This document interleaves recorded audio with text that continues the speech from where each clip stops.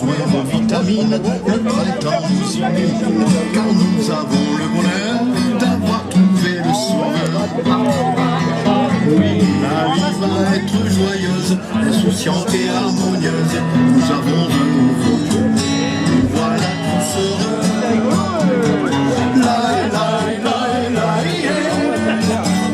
Merci Macron, merci Macron, merci Macron.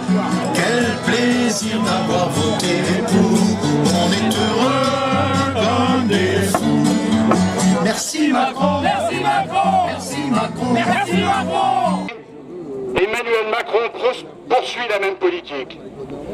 Réduire le pouvoir d'achat des retraités, non seulement va plonger des millions d'entre eux dans la misère, mais va aggraver les difficultés du pays.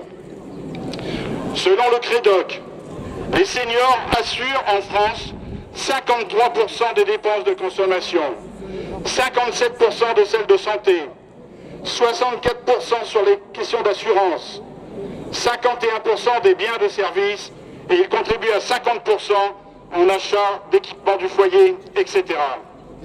Alors merci, Monsieur le Président, de votre considération pour les retraités. Selon le gouvernement, il s'agit d'un effort pour les jeunes générations. Les retraités n'ont pas attendu M. Macron pour faire preuve de solidarité, et cette nouvelle baisse de leur pouvoir d'achat réduira l'aide qu'ils apportent déjà aux jeunes générations.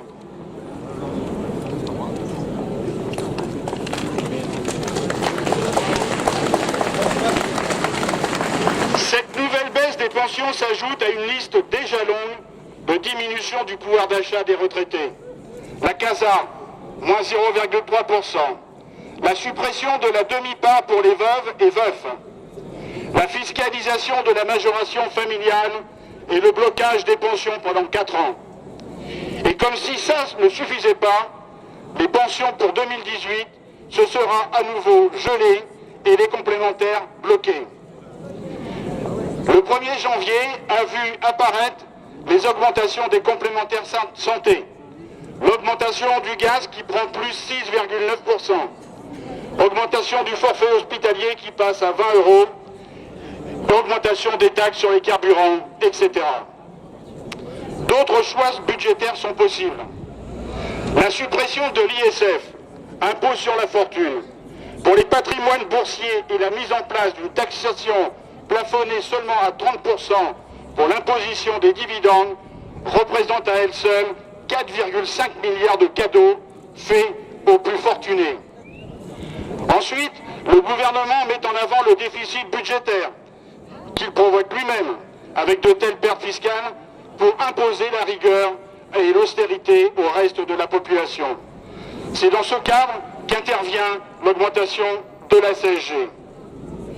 En France, les 39 milliardaires en dollars ont vu leur fortune grimper de 21% au cours de la seule année 2017, atteignant au total 245 milliards. Et sur les 20 dernières années, les 10 plus grandes fortunes françaises ont augmenté de 950%. C'est bien loin des 35% d'inflation dans la même période. Le CAC 40 a lui progressé de 9,26% cette année. C'est bien loin aussi de la progression des salaires et des pensions. Enfin, pour tenter de faire passer la pilule, le gouvernement annonce la suppression de la taxe d'habitation de manière différée. Dans le même temps, et seulement pour les revenus en dessous d'un certain seuil, créant ainsi encore une double injustice.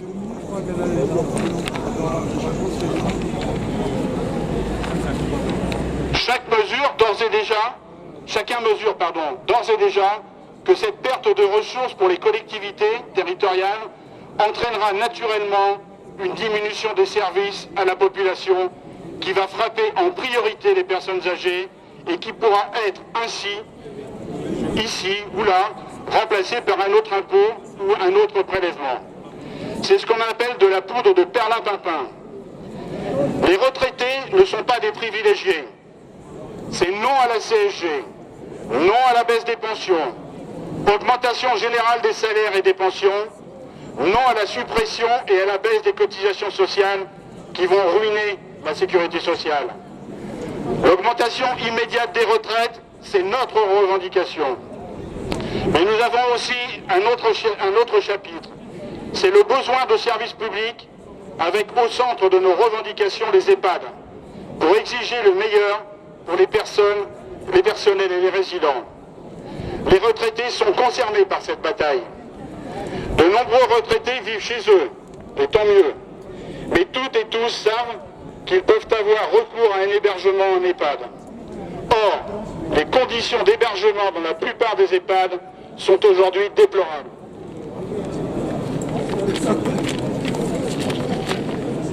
Les coûts à la charge des résidents et de leurs descendants sont totalement prohibitifs pour des prestations le plus souvent très moyennes, voire inacceptables et inhumaines.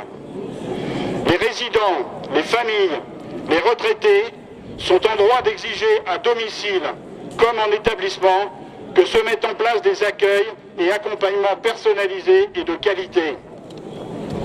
Parce que nous sommes toutes et tous différents, il faut dépasser les standards, les procédures systématiques, les soins à la chaîne. Et nous avons des revendications dans ce domaine. Premièrement, des créations de places en EHPAD en rapport avec l'évolution de la démographie et de la demande. Des structures publiques adaptées, dotées d'équipements performants. Deuxièmement, des effectifs qualifiés, bénéficiant de formations permanentes et correctement rémunérés et privilégiant la prévention et l'accompagnement de qualité et individualisé. Troisièmement, des conditions de travail favorisant la sérénité de toutes et tous, personnel, résidents, familles, ainsi que la qualité d'accompagnement des résidents. Quatrièmement, un reste à vivre permettant aux résidents et à leurs conjoints de vivre décemment. Les retraités ont toutes les raisons de s'associer aux revendications des personnels des EHPAD, en grève aujourd'hui de façon unitaire dans ces établissements. L'intersyndicale des retraités CGT, FGR, FP, UDR, FO, FSU, Solidaire des Côtes d'Armor, vous appelle à se joindre nombreux aux mobilisations et manifestations qui seront organisées à l'occasion de la journée nationale du 22 mars pour des grands services publics en France.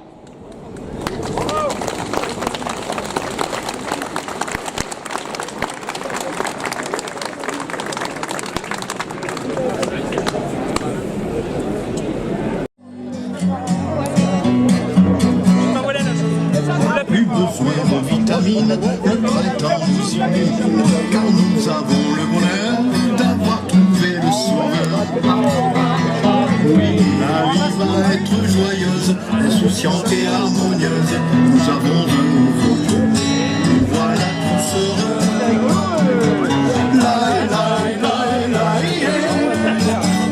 Merci Macron, merci Macron, merci Macron, merci Macron. Quel plaisir d'avoir voté pour vous, on est heureux comme des fous. Merci Macron, merci Macron, merci Macron, merci Macron. Ce que vous faites ici-bas, un jour on vous le rendra. Quand je pense à ces feignants de retraités vieillissants, sans vergogne ils vampirisent l'argent de nos entreprises. Oui, heureusement le beau Macron a trouvé la solution, et grâce à la CSG, on va les faire payer. Merci Macron, merci Macron, merci Macron, merci Macron. Quel plaisir d'avoir voté pour vous, on est heureux comme des fous.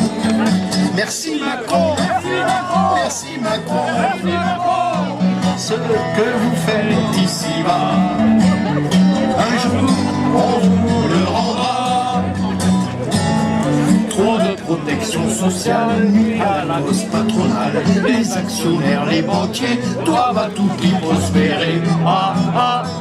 Oui, mais Macron, notre prophète, va solutionner la dette en balayant d'un revers tous nos acquis mortifères.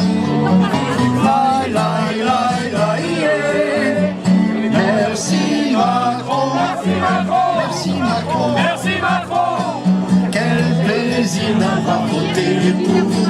On est heureux comme des fous. Merci Macron, merci Macron, merci Macron, merci Macron. Ce que vous faites ici-bas, un jour on vous le rendra.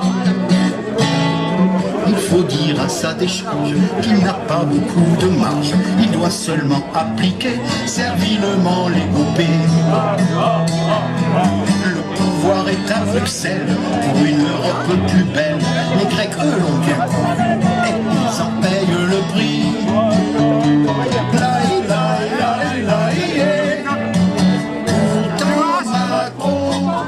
Pourtant Macron, un jour le peuple se rétracte.